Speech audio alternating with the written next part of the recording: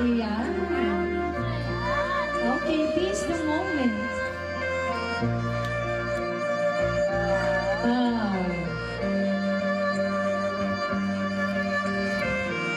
Mapapansin na dito.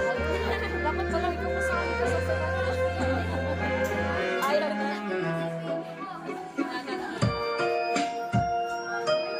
Ayan na, bakit naging dance with my father na tayo?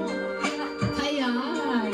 Sige po, palakpakan naman natin yung 7 roses na nag-present para sa ating debutant.